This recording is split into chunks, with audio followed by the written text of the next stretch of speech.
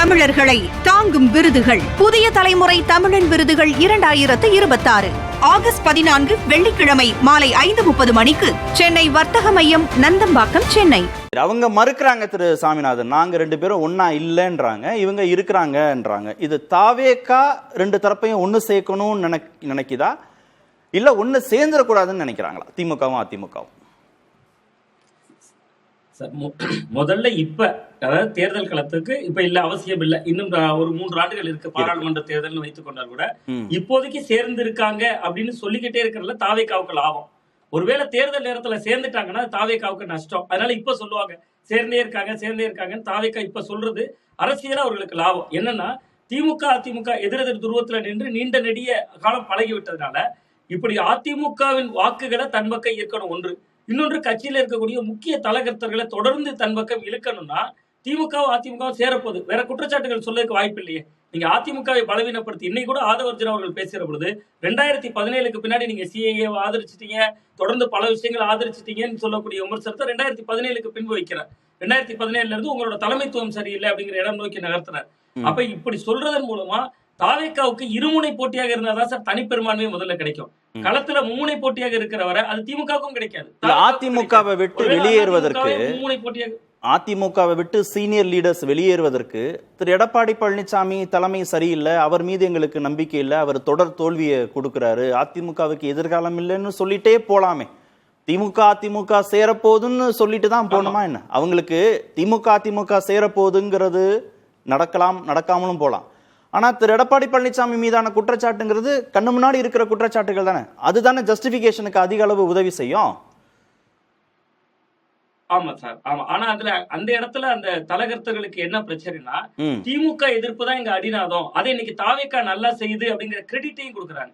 அவ தாவேக்காக்கு அந்த கிரெடிட்டை கொடுக்கறதன் மூலமா அதிமுகவை பலவீனப்படுத்தி அதிமுக இடத்துல தாவேக்காவையும் கொண்டு வந்து ரீப்ளேஸ் பண்றாங்க. அப்ப இரட்டை லாபம் இருக்கு அதுல தாவேக்காவுக்கு. இவர்கள்லாம் வெளியே பேச பேச அதிமுகவும் கரையும்.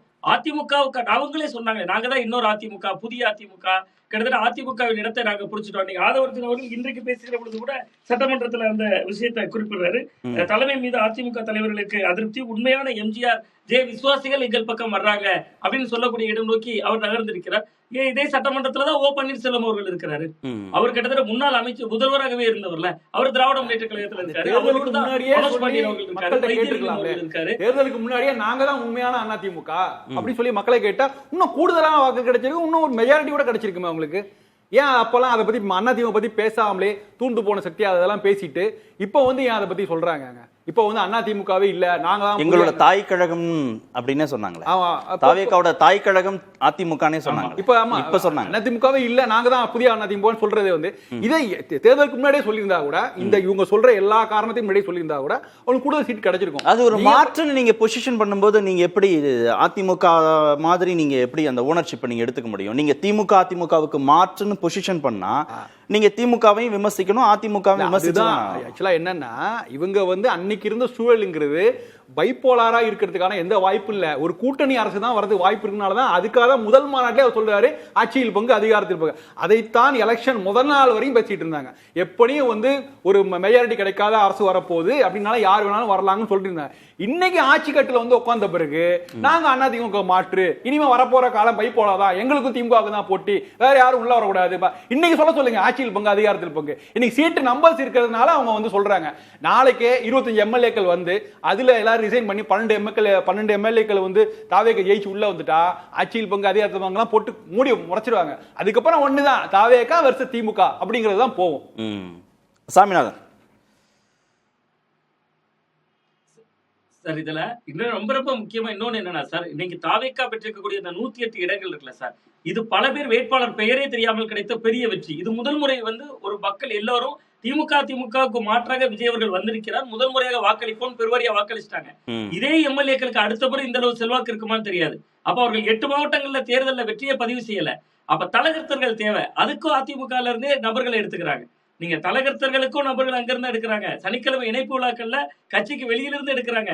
சட்டமன்ற பிரதிநிதித்துவம் தேவைக்கு கட்சிக்குள்ள இருந்து எடுக்கிறாங்க.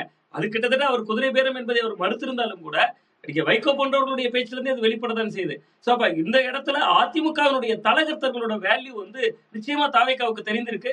அவங்களே எதிர்பார்க்காத வெற்றி தான் சார். முதல் முறை 108 இடங்கள் பெறுவார்கள் என்பது தாவேகா தரப்பே வந்து இவ்வளவு பெரிய வெற்றி கிடைத்திருக்கும் என்று எதிர்பார்த்திருக்க மாட்டாங்க. அப்ப இதை தக்க வைக்கணும்னா 2 வாய்ப்பு.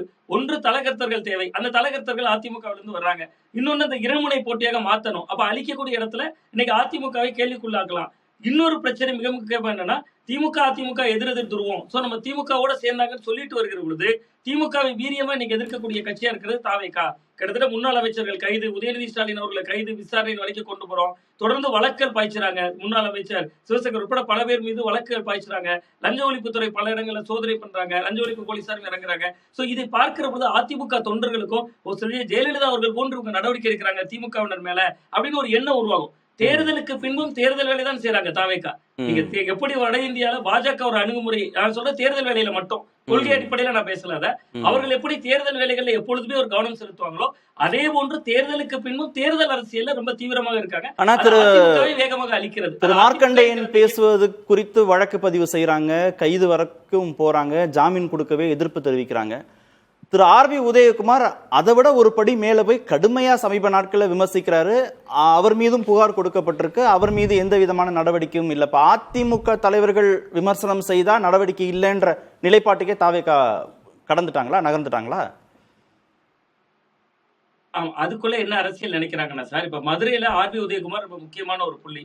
அவர் மீது நடவடிக்கை எடுத்து விட்டால் மதுரையில இருந்து வேற யாராவது வராம ஆயிடுவாங்களோ, கிட்டத்தட்ட அவருடைய விசுவாசிகள் அங்க மாவட்டம் பூரா பரவி இருப்பாங்க. அப்ப ஒரு மென் அரசியல். அதிமுகவினர்கிட்ட எங்களுக்கு எந்த கோபமும் இல்லைங்க, அதிமுகவினர் மேல யாரு மேலேயும் நாங்க வழக்கு போடல, அதிமுகவினர் மீது ஒரு சாதாரண வழக்கு கூட போடல, அவர்களுக்கு எந்த தொழில் முடக்கமோ எதுவுமே நாங்க செய்யலங்கிறது ஒரு சிக்னல் தான் கொடுக்குறாங்க. அதிமுகவை ஃப்ரீயா விட்டுருக்காங்க. அப்ப திமுகவினரை வேட்டையாடுறதன் மூலமா தான் அவங்களுக்கு லாபம் இருக்கு, பொலிட்டிக்கலா லாபம். அப்ப அதிமுக தொண்டனுடைய மனநிலையில இருந்து பாக்குறப்ப ஒரு சாதாரண அதிமுக தொண்டர் கூட பாருங்க, அம்மா மாதிரி இவங்க செயல்படுறாங்க, திமுக மேல கடுமையான நடவடிக்கை எடுக்கிறாங்க, அந்த இடம் வந்து பொலிட்டிக்கலா அவங்களுக்கு லாபம். ஆனா அதுக்குள்ள இன்னொரு நுண்ணரசியல் இருக்கு. அது தாவேகாவினர் கணிக்க பறக்குறாங்க. கருணாநிதி அவர்களுடைய எதிர்ப்பு தான் அது.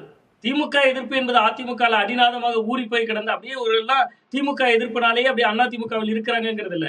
அது கலைஞர் எம்ஜிஆர் அவர்கள், அதுக்கு பின்பு கலைஞர் செல்வி ஜெயலலிதா அவர்கள். கடந்த 5 ஆண்டுகள்ல மு.க. ஸ்டாலின் அவர்கள் மேல அந்த அளவுக்கு வெறுப்போடுல அதிமுகவினர் இருந்ததில்லை. அதனாலதான் அந்த தேர்தல் யுத்தம் திமுக அதிமுக என்பதாக ஒரு தலைவர்கள் என்ற நிலையிலிருந்து கட்சி நிலைக்கு சுருங்கி இருக்கு. பட் தாவேகா இன்னும் அந்த நிலைப்பாட்டுல உறுதியாக இருக்கிறாங்க. சோ அதுவும் இதுக்கு ஒரு காரணம். தங்க தமிழர்களை தாங்கும் விருதுகள். புதிய தலைமுறை தமிழன் விருதுகள் 2026 ஆகஸ்ட் 14 வெள்ளிக்கிழமை மாலை 5:30 மணிக்கு சென்னை வர்த்தக மையம், நந்தம்பாக்கம், சென்னை.